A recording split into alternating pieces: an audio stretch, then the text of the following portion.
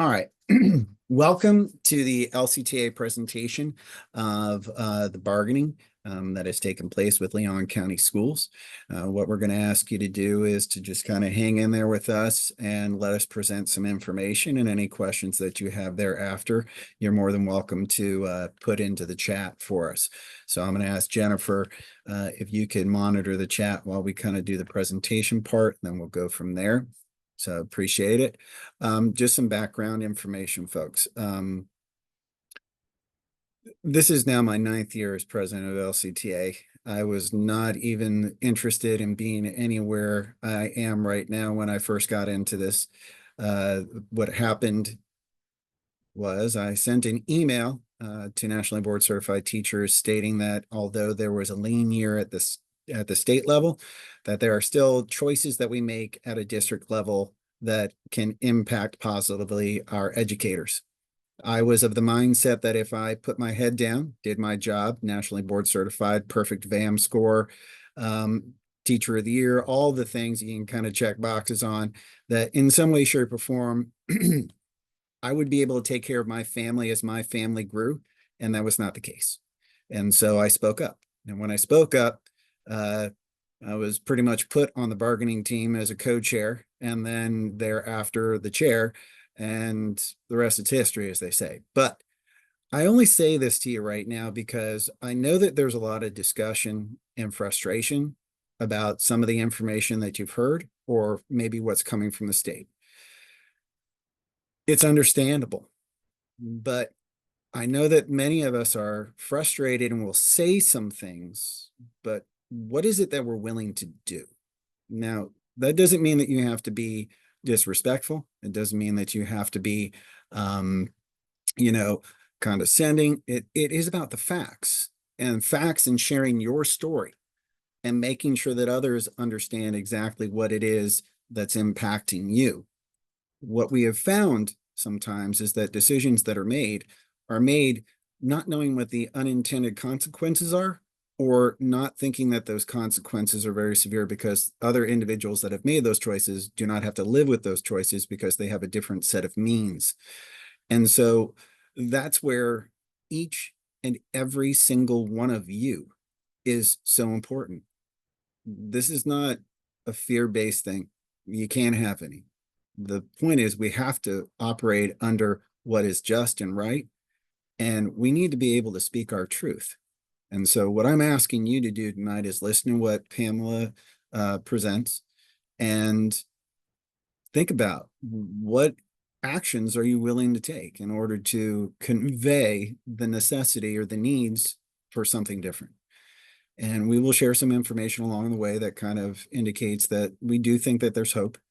But, you know, as it was last year, 4 million is 4 million is 4 million, and they never came off 4 million. Some of the information you see tonight will make you go, maybe they could have come off 4 million. So we'll get to that part in just a second. But I want to introduce who our panelists are right here. Pamela Weston, your bargaining chair for Leon Classroom Teachers Association, high school teacher over at Leon High School.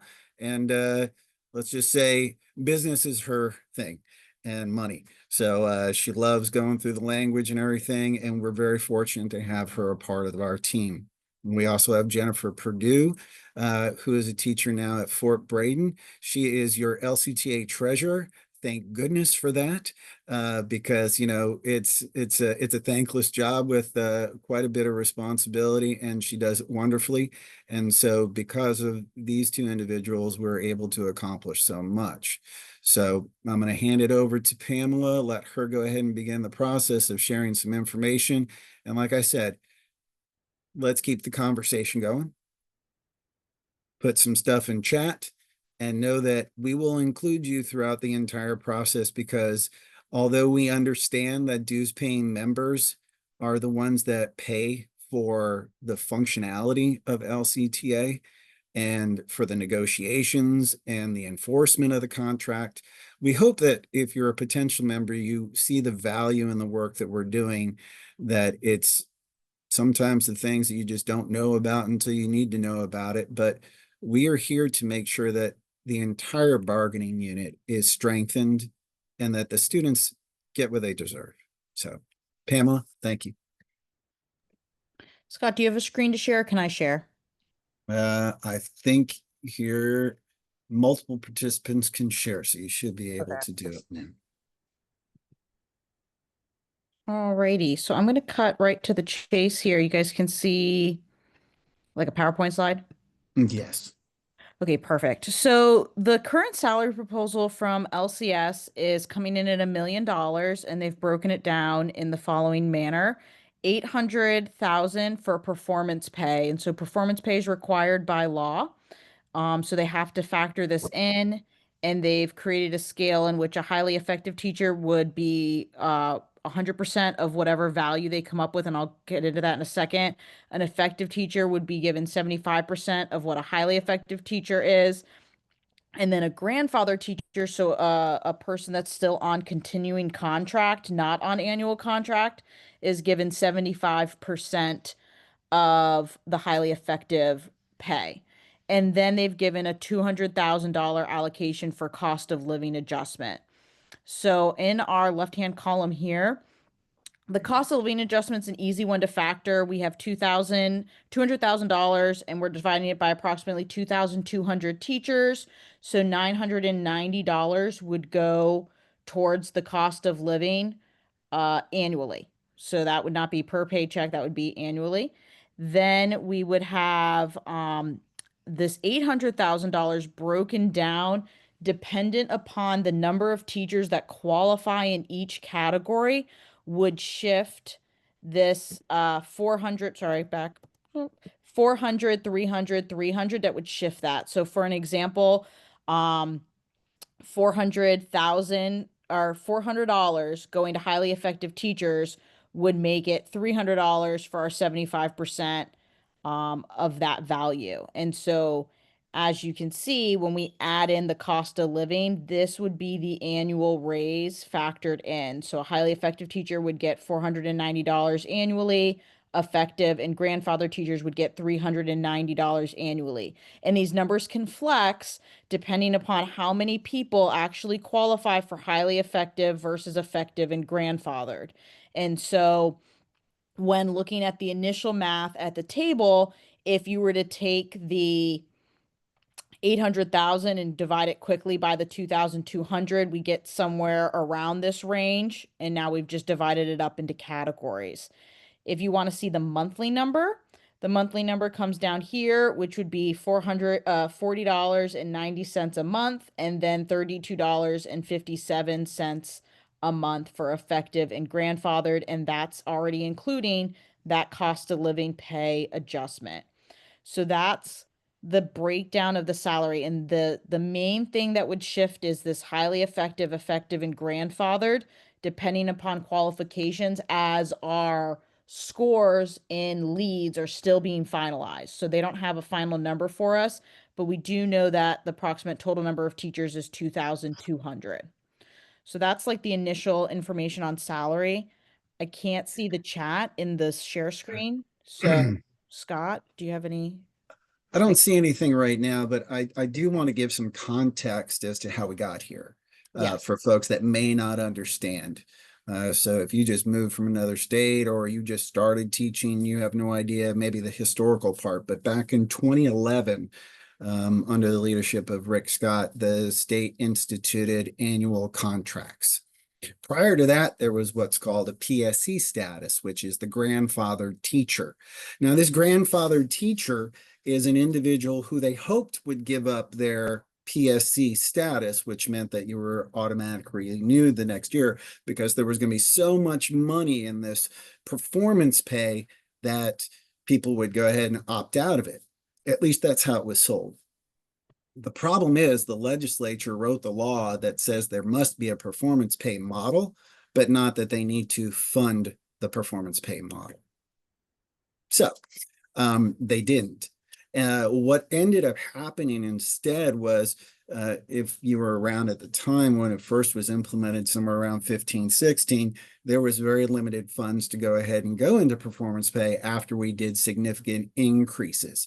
So the reason why I share this is there are decision makers that you vote for that voted for this to happen.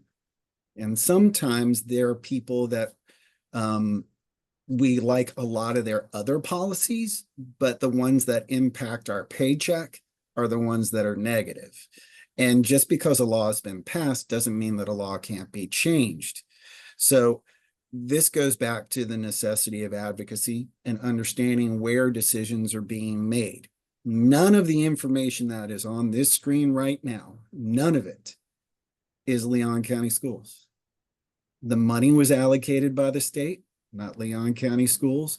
The model was set up by the state, not Leon County Schools.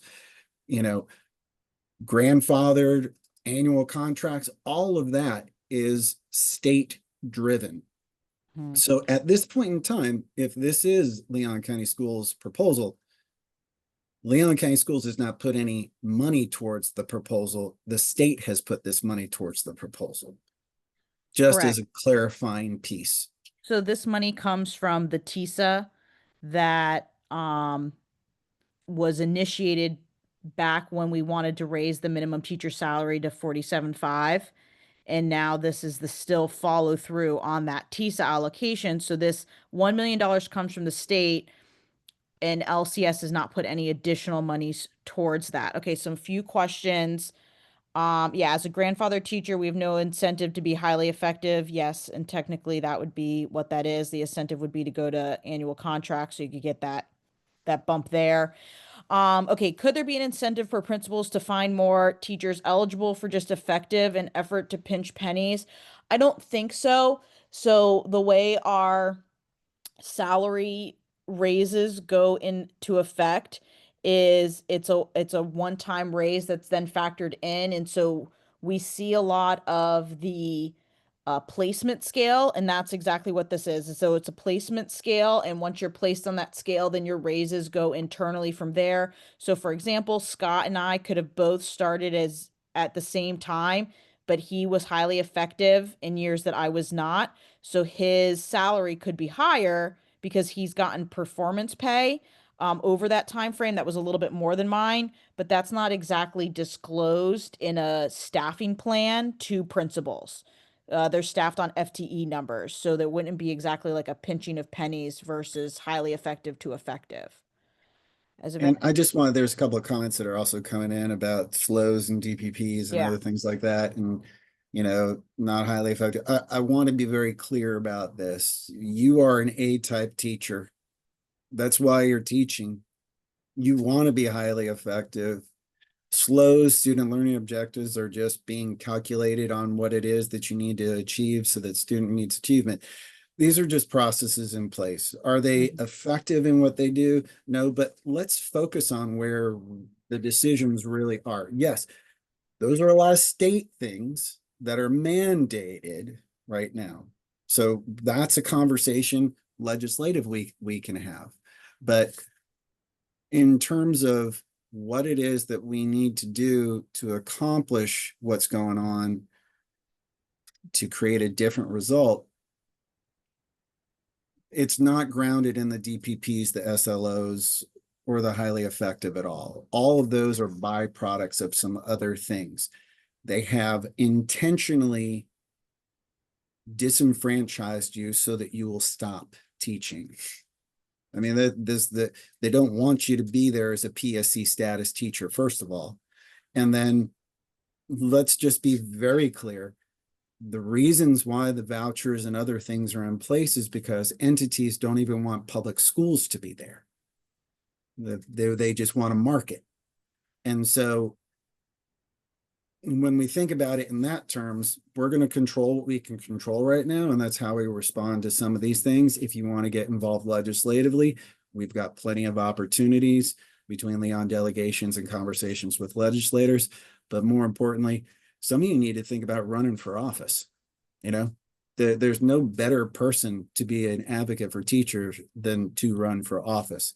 And if you think that's the kiss of the death, then I don't know how else we're going to get out of this unless we have some brave souls and willing participants that want to do things like that. So bringing it back to where we currently are, we could go into a variety of tangents on things that are and aren't happening right in our district and in the state. But we have to make a decision here on how we want to move forward with the current proposal that's in front of us. Well,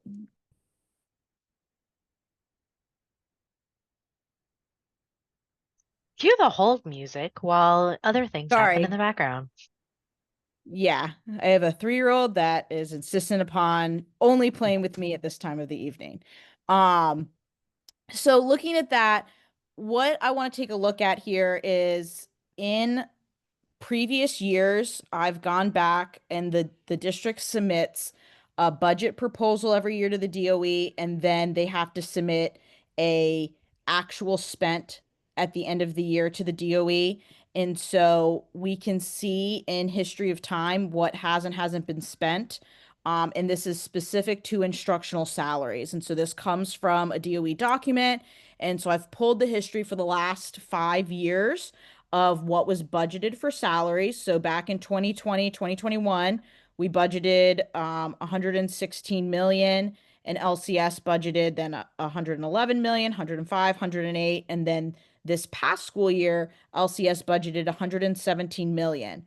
Now, because they haven't finalize their end report to the DOE. That should be coming out in the next week or two. We don't have the actual numbers that were spent this past year on salary. But as we can see here historically, there has been money left over in the pot from what was budgeted to salaries versus what was actually spent in salaries. And so one of the things we might want to be considering is, can we get LCS to spend down the pot of money that's been budgeted towards salaries? And if we're budgeting 108 million, that 108 million needs to get into the teachers' pockets, and 2.4 million that's been left over, or how it was spent elsewhere, can that be reallocated? And so when we look at, I'm going back a slide, when we look at the idea that they have $1 million here from the state to spend, could they potentially have leftover monies from what wasn't spent in prior years that they could push into our salaries this year? And then the Mhm. last thing I want to take a quick look at here is if we look at the amount budgeted for salaries versus, and it's a little blurry, versus the staff that have been pulled from Skyward and LCS's report to DOE, there's not that dramatic of a difference. And if you notice, the staffing has actually gone up in these categories, right, for instructional staff, but the amount of money spent towards salary went down. So there's an opportunity there to see if there's leftover funds from prior budgeted salaries to roll over into this year's, or how far off are we, and using that differential to use into a potential increase for our teachers. So that is where we believe that there might be some hope to get off of the $1 million here that's just coming from the state. So some of the questions that are coming through right now is, does LCS have any flexibility on how the difference between budgeted and actual funds are allocated? And what I'm going to do is, if you don't mind, I'll share my screen real quick with everybody. But you have to understand, we have partners in the work that we do, and the partners that we have are our FEA specialists. And what they do is they help us make sense of the information. Now, this is a lot of information on the screen, and it may not make sense to you, but let's go over a couple of things.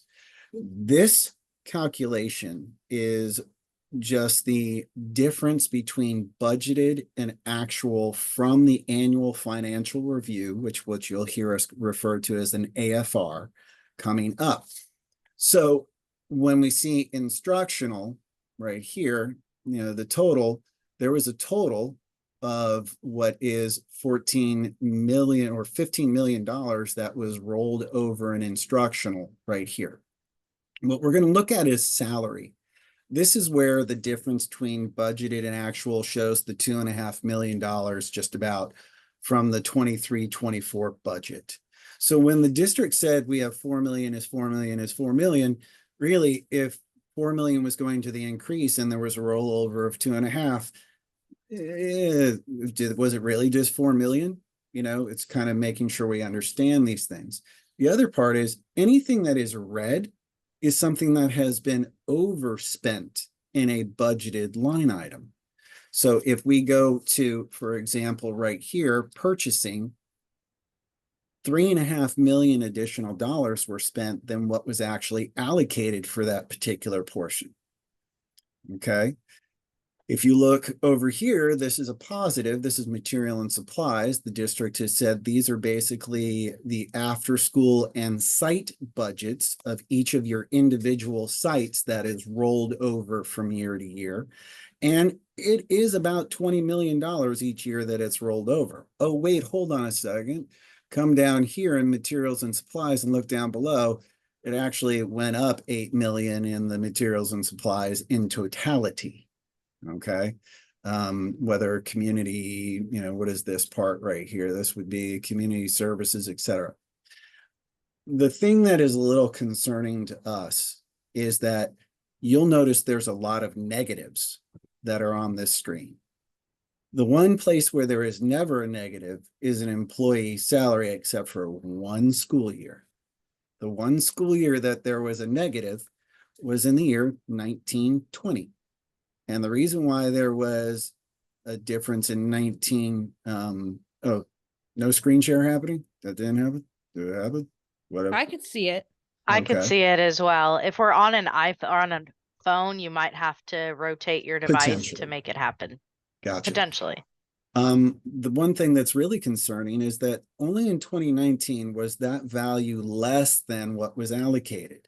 If you remember 2019, we negotiated up from $1,500 per person to $3,000 per person in salary increase for that year.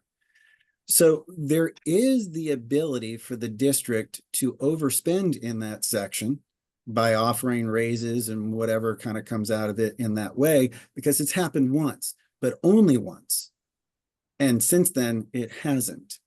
And so, you know, we will make sure that the chart is shared out at a later time with the recording, because it's on the recording, so you should be able to see it. And we'll go from there. So He has stopped the sharing at this point, so if you're not yes. seeing it, it's because it's not being shared anymore.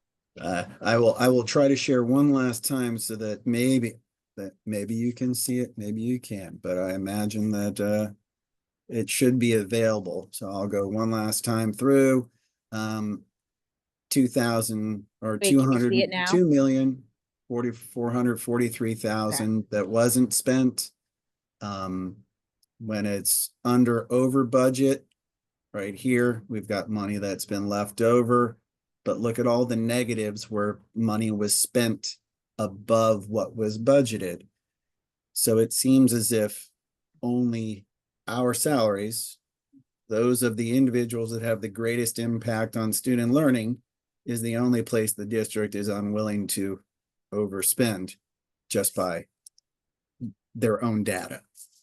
Okay, so a few different questions here. Where do the leftovers go? Is it cumulative? Where does the district say unspent money is going? So in prior years, we've talked about the materials budget itemized out there that Scott was just showing.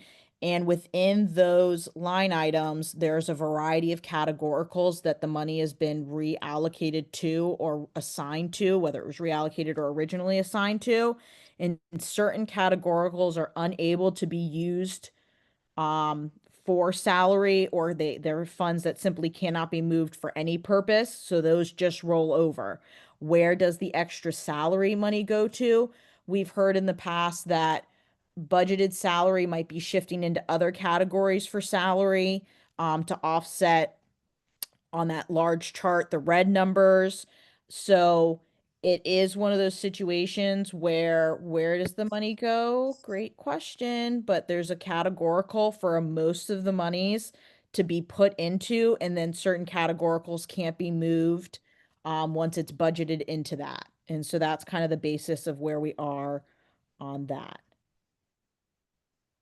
Correct. Offset with Correct. numbers, but it's not being used for salaries. Yes, they've And budgeted so too much in Mhm. salaries, so therefore they've got to shift it.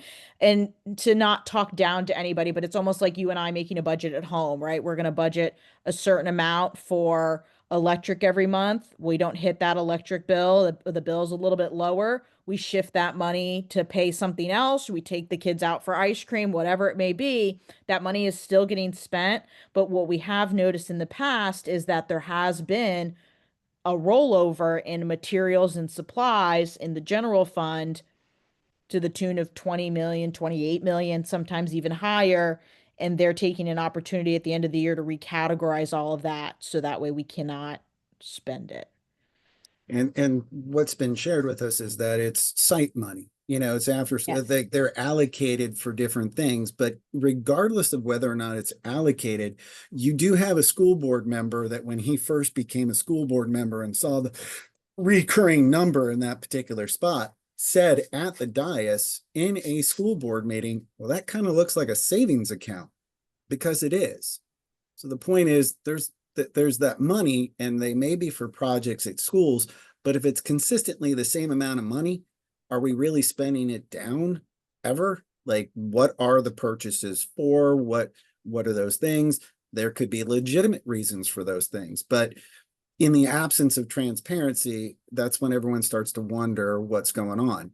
And I really think that materials and supplies is one position, but the other thing is we're still just not spending all the money that we have for instructional staff, right? So, and back to the numbers that Pam had shared, the ones that were in the Skyward reports that we have versus the numbers that are reported at the Department of Education, you'll see, and I'm just going to apologize to everybody. My fat fingers made 2021 and 0221 February. So sorry about that at the bottom. If you haven't noticed, Scott moves very quickly and will make some very minor errors, and some people like to jump on it, but it's just, I accept me. Hopefully you do too. But anyway, so the thing is, you'll notice that, let's say 24-25 February is 2,204 was in our report. What was reported at the Department of Education for 23 or 24-25 was 2,449. So when we were negotiating in the past and these numbers were brought up, we had district personnel tell us that, well, we have to report everybody. So if they have to report everybody and not everybody is in the report, then those numbers of the turnover that's taking place in Leon County schools, potentially of where positions are vacant and there is what is called lapse salary. And we've been asking about lapse salary of people where a paraprofessional might be in a classroom or a substitute.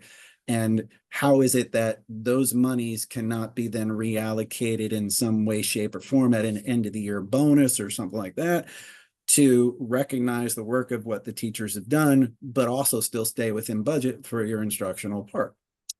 So these are the things that we keep asking. And the questions that you have, they're great questions. But you need to start asking those questions, not in a condescending, threatening, or, I think one of our emotions is very frustrated because we're doing everything we can. We expect everyone else to. But in those conversations, talking to those folks, school board members, the superintendent, it's sharing your story, being factual with the information, and then asking the questions that you have. Because until we engage, Scott's not going to make the difference. The bargaining team's not going to make the difference. The board, the member, it's going to take an entire bargaining unit of individuals who understand the situation, first of all, and secondly, communicate effectively about what the needs are. And so everyone has a requirement in that part. Pam?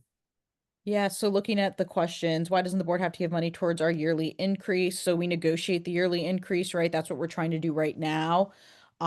We've talked about negotiating for a one-time bonus like at the end of the year, and that an opportunity, that money unspent would go towards an increase for teachers in the maybe the months of May and June. The problem that we have with determining what has and hasn't been spent is every month or every other month, the LCS CFO and their budget department, they submit budget amendments to the district and to the school board that outline what money shifts from categorical to categorical. So during the school year, it's very difficult to track what has been spent in salaries out of the budgeted amount and then what's been moved from one categorical to another, so that way it can't be spent. So let's say we're at 110 million. Come May, we've only spent 100 million. Maybe there's $10 million left over.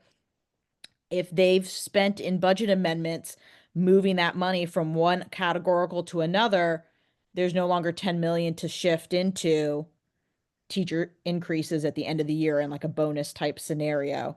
Yes, we've called the materials and supplies a slush fund several different times. I don't love it when we say that.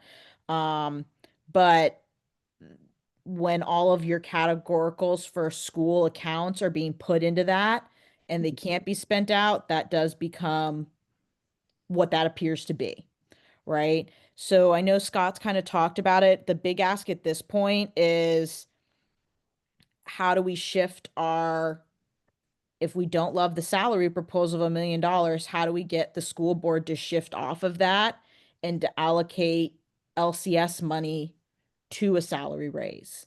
And the only way that that's really going to happen is putting the pressure on them as a bargaining unit, because at this point, they don't want to hear from Pam Weston anymore.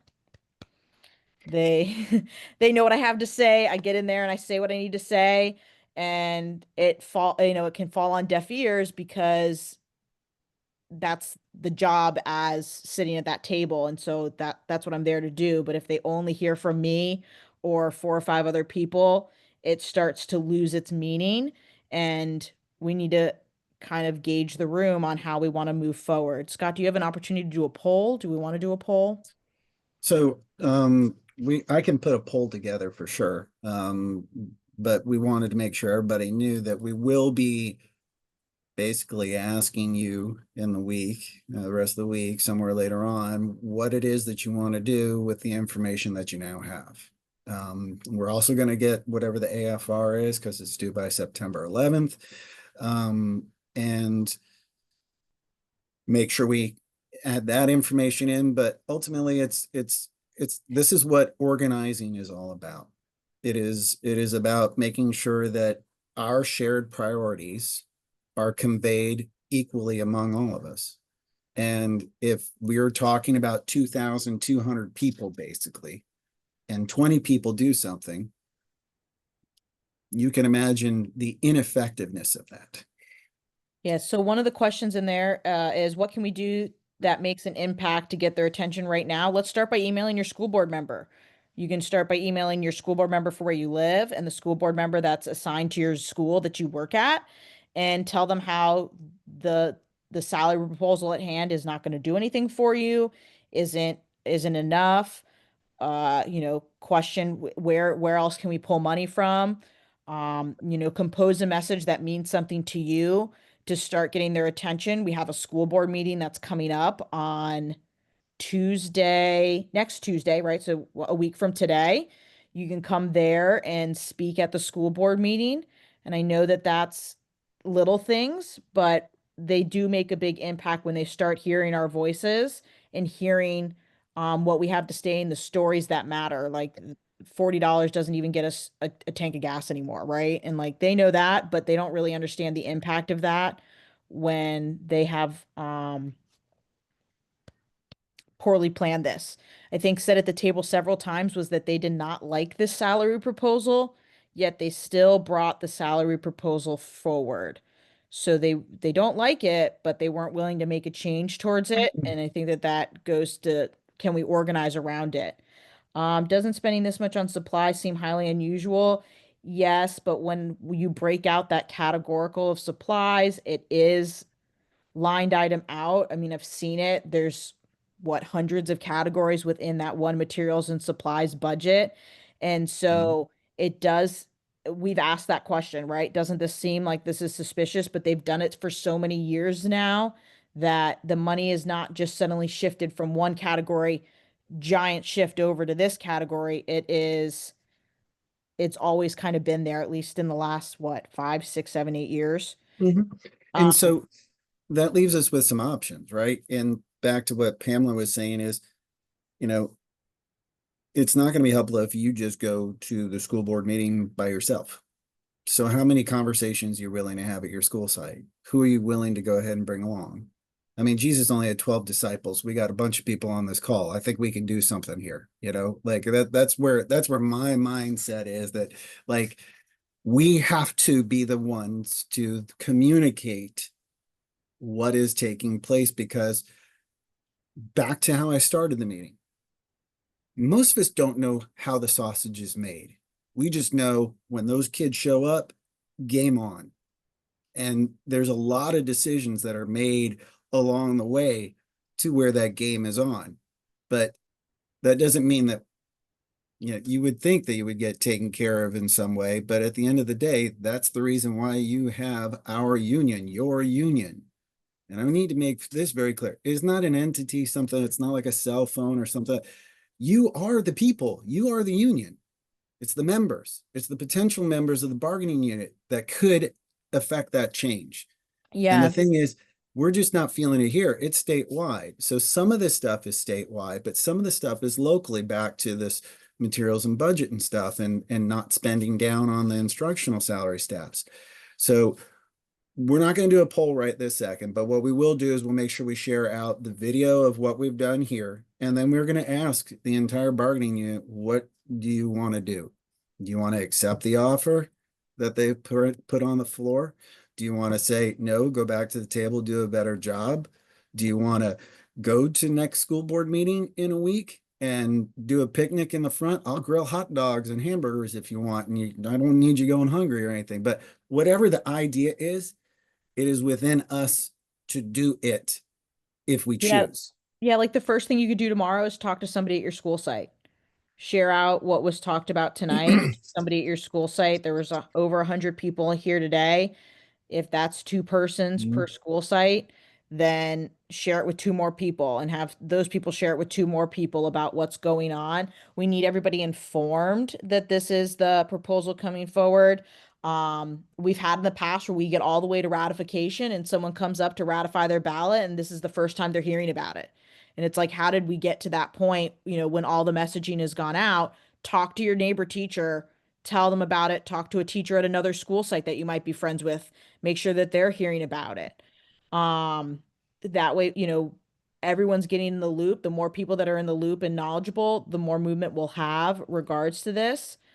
I don't think I've missed any of the questions in there. I think you can't see our responses back. Like if we've typed in only, If you put everyone on the 2, you have to put on the 2, everyone, not just host and panelists. If you're We don't have responding that to- option. Okay. All So right. there was a That's question from Tara Logidis. Okay, she asked if the insurance went up this year, and we received a letter from the school board. And so to answer that question, yes, you did, our insurance did go up. Yeah.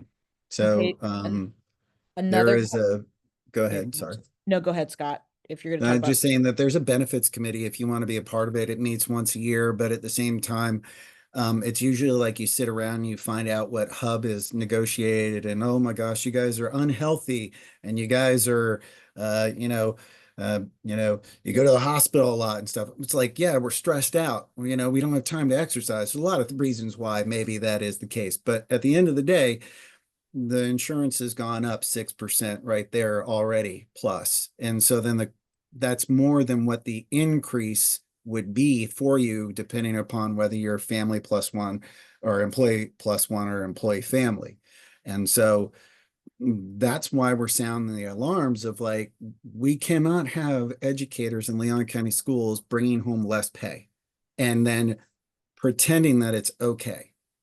It's not okay. And Yeah. so if we want to protect the classroom, and as was said in bargaining, we're making sure resources are there for students. Those resources aren't us, but we are the most important factor to their ability to learn. So it's having the district try to change their mindset on some of that stuff.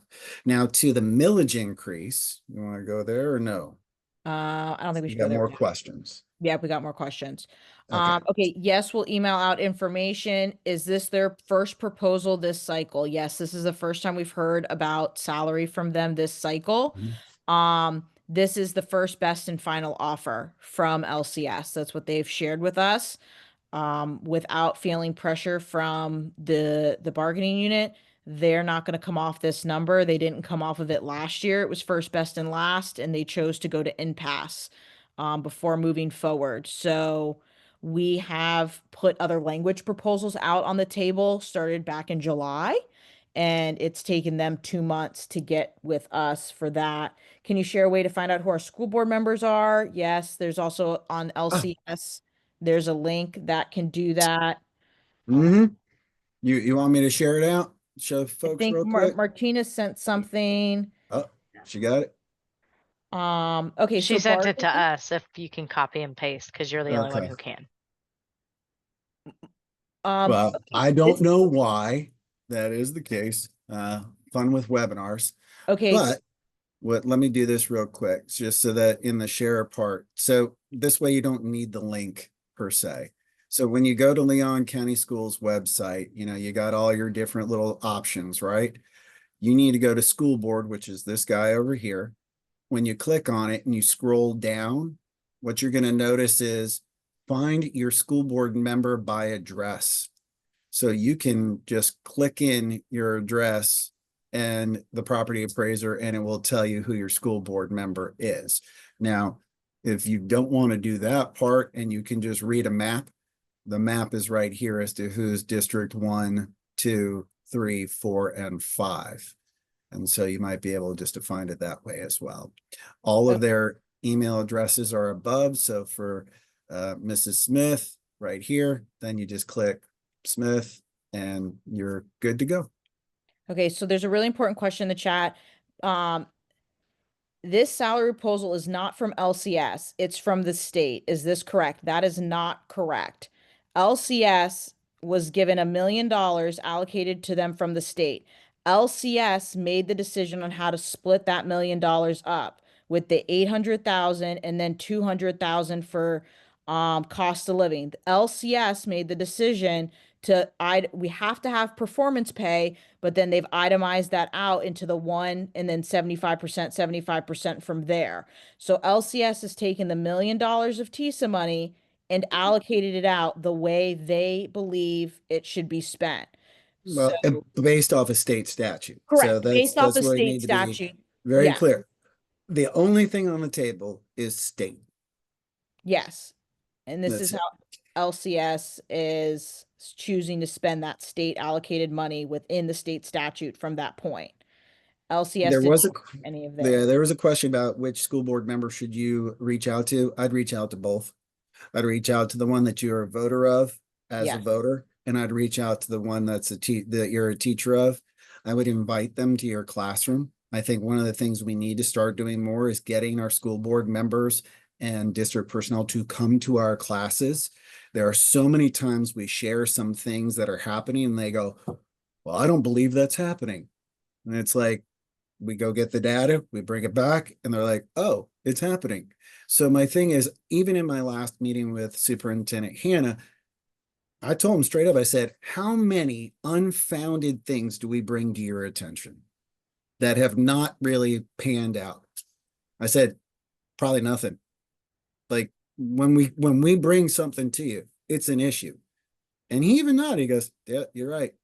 So my point is engage civilly, engage with your personal story because that matters, and make sure that you bring other people along with you when you have those conversations. Yes. Okay, some more questions from the chat. Is there a way to get district personnel salary info and what they get in terms of increases over the same period of time as the teacher data? I think we had a public records request for this at one point. I don't know if it's accurate as to this year, but that's a public records request, and we can certainly look at that and compare. Where does their salary come from versus teacher salary? They have a separate budget inside the district summary budget that their salary comes from, and so they allocate that from there. Yeah, you email all the school members then. Sure. So yeah, you can do Email the all school board superintendent. members You can too. email them all. One of the things that I would like to show you is that if you have not gone to our website, which I'm not going to say a lot of people probably haven't, but that's okay. We're starting new things, right? leonteachers.org LCTA in action. If you click the LCTA in action, some of the things that you're going to find here is district staffing plans. We've done public records requests for the last couple of years. We've got 24, 25. We need to get 25, 26. If you scroll down, we have LCS salary data. So if you wanted to know what was going on with salary, we've isolated the superintendent, school boards, and a teacher. And you can see what the percentages increases have been. Now, very clearly, let's say, some of the things that have been increases for the school board and the superintendent have been legislatively mandated. And so if the legislature can mandate it, our school board can also make it a priority here for our salaries. There's also links to all of the data. So if you want to click on it, it has all of the salaries from 12, 13 to 23, 24. We'll add the new years in there, but you can see the progression of salaries and what's taken place. Everybody's salaries are in here. Including Everybody's. administrative pay. And yes. And then, of course, as you take a look, we've also checked them on some reporting to the state. They tried to say that one year average teacher salary went from like 48.5 all the way up to 57,000 in like 1 year, and it was a reporting issue that they had. So it was incorrect, and we asked them about it, and we spent time on that. If you don't know what ACOMP time is, we did a settlement for it. There's an FAQ, all these fun things to make sure you get your ACOMP time. But know that there are resources out there for all of the things that we're doing. And quite frankly, if there's more information you want, just let us know. But Yes. we do it. The million, okay, so then another question is, but that million is allocated from the state going back to where this million, yes, this million is the TISA that's allocated from the state. So that's what the district is required to spend on teacher salaries. We would like them to exceed that. Who is responsible for the increase in our insurance premiums? I don't know. Pam Weston's not on that committee. So that is what Scott was saying is Hub. It's a insurance broker to get us that, and they have been part of Leon County Schools for the last 50 years. Where Probably again, known as that's- Rogers, Gunter, and Vaughn. Yeah. Maybe more so. Yeah. Yeah. Okay, what types of things invite them to the classroom to see everything? Positives, they'll probably see some negatives while they're there. So with the 1 million payout, are CTE instructors considered? Because we're not considered, yes. I'm not sure what CTE teachers are not getting performance instructors. We have SLOs and DPPs too. So It should be everybody within the It's- instructional bargaining. yeah, unit. I'm a CTE teacher and I would fall into this category. So that's there. Other questions, comments, concerns about? I just want to take a moment just to introduce, because somewhere the invites mixed up and I promoted from other places, but we have Career Kim technical ed. Strela, our wonderful vice president from over there at Cobb Middle School, and Martina Taylor, who is our wonderful LCTA secretary, who is over at Leon High School as well. The group that is on this screen right now, if you got multi-view, I can't thank enough for the work that they do. Many of you don't know the work that they do, but we should all be thankful for the time and energy that they put into making sure that all this are taken care of. It is a labor of love and of purpose. And because of that, we get a lot of stuff done, So we just love keep doing it and let's keep at it. But I will tell you two things that are going on in Leon County schools, or LCTA more so, that is positive stuff. So FEA was engaged to do some research on whether or not a millage increase for teacher salary would be appropriate for Leon County schools, since other districts have already done it. Some very small red districts have done this because it was the only way that they could get money for their teachers. So, and they, in those smaller districts, not only did the half-cent penny sales tax for capital outlay, but they also did the millage increase for teacher salary. So they've very supportive in terms of public. So don't believe all the stuff you read in the newspaper about public ed. You ask the public, they really like their teachers and our public schools. So we brought that forward to the school board, the superintendent. They've looked at the data. They agree we should move forward. We're going to be, they're going to be taking it to the city or the county commission to get it on the ballot for 2026. This is positive stuff that we're working on together with them that would not happen at all if it wasn't for LCTA and FEA. And the reason why is the state legislature made it illegal for the school district to do their own research to find out if a millage would be appropriate, because they don't want them to raise taxes. And so as the state doesn't fund things, we have found our own ways to get to that. So that will be on the 2026 ballot. We need to make sure that we carry the water for this and we share all that information. Secondly, when it comes to healthcare, LCTA is already doing some research. We've got some things that we've got in the hopper that we're looking at, and I can't give you too much detail, but as time goes on, we will be reaching out to Leon County schools. There's a potential partnership piece, but then we'll also have some things that are just for our LCTA members that will beat what the district has in certain areas. So stay tuned and just know we're trying to plan for the future and do it in a very positive way. Pamela, you got some questions? Okay, we got another question here. So we have a Lively rep on our bargaining team that did not indicate that there would be an issue with this proposal for you all. So if you could shoot somebody an email, you can email me or Scott or Mel is our Lively rep, and we can get the correct information on how the CTE pay would be paid out to you all, but it should be paid just like everybody else. Yeah. I put my email address in there. Just email me. I'll loop everybody in rather than having multiple emails, and we'll get it squared away. Okay. Any other questions? There's no way to unmute, so I see a hand raised. You're gonna have to type your question out. So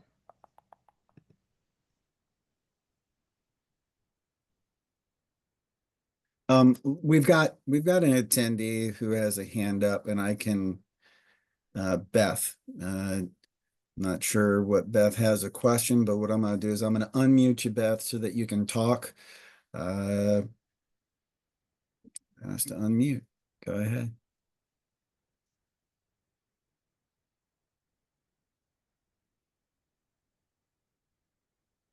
I can see something happen. I can see it's unmuted. You just got to say something now.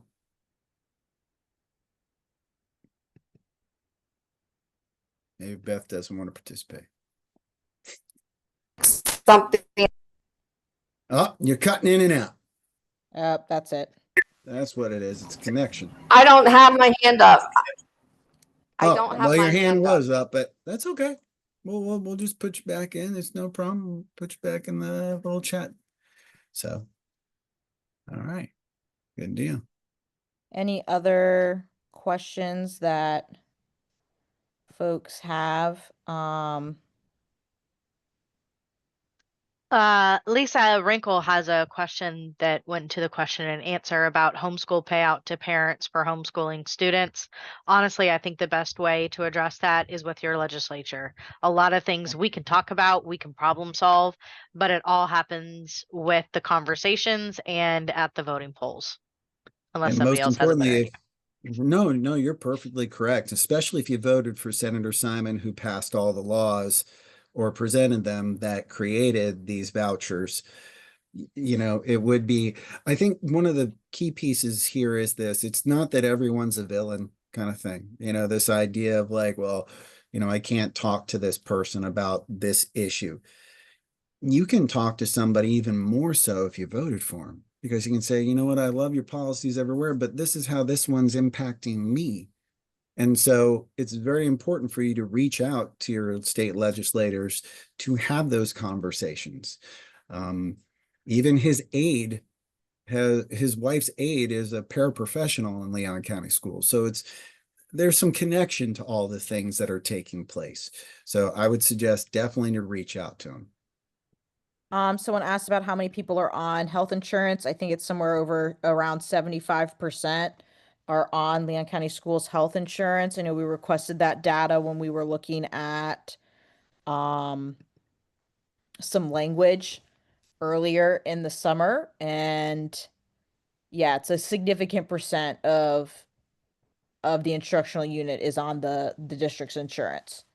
But we'll get those exact numbers for you and share them out as well, just to Yeah. make sure. Because I think, especially if somebody is married and has someone that works at the university or the state, you're probably using the state or university healthcare because it's less expensive. So another question in the category in the chat is, so all this money going for supplies and materials. Supplies and materials is a bulk header that is being used for 100+ categoricals inside that. So I don't want there to be a misconception on that there's all this money in materials and supplies, and then you're being told, no, you can't purchase things, because there is a categorical shift in it that the money is allocated. So yeah, there might not be no art budget for your school, and then that might have to be a different conversation, because it's not always an lined item in materials and supplies. I know that's a frustrating, it's a frustrating categorical, because there's a lot of things put in there, and you should be able to buy the things that you need to support your classroom, and that's not always happening.